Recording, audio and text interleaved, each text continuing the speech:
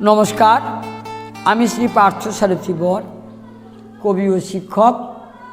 আমি আমার জীবনের কথাগুলো, সমাজের কথাগুলো, মানুষের সুখ দুঃখের কথাগুলো তুলে ধরি আমার কবিতার মধ্যে।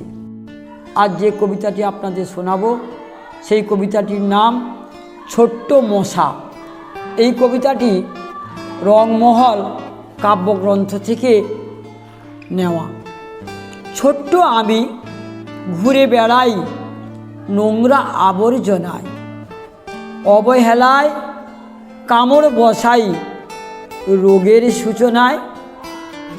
কেউ ভাবে, কেউ বা ভাবায়, কত কথা বলে, কেউ শোনে, কেউ বা শোনায়, আতঙ্কেতে ফেলে। সাবধানে তো থাকে না সবাই, চিন্তা করো তাই, সত্যি সত্যি যাব মরেই ঔষধ ছড়ালেই। নমস্কার, ধন্যবাদ।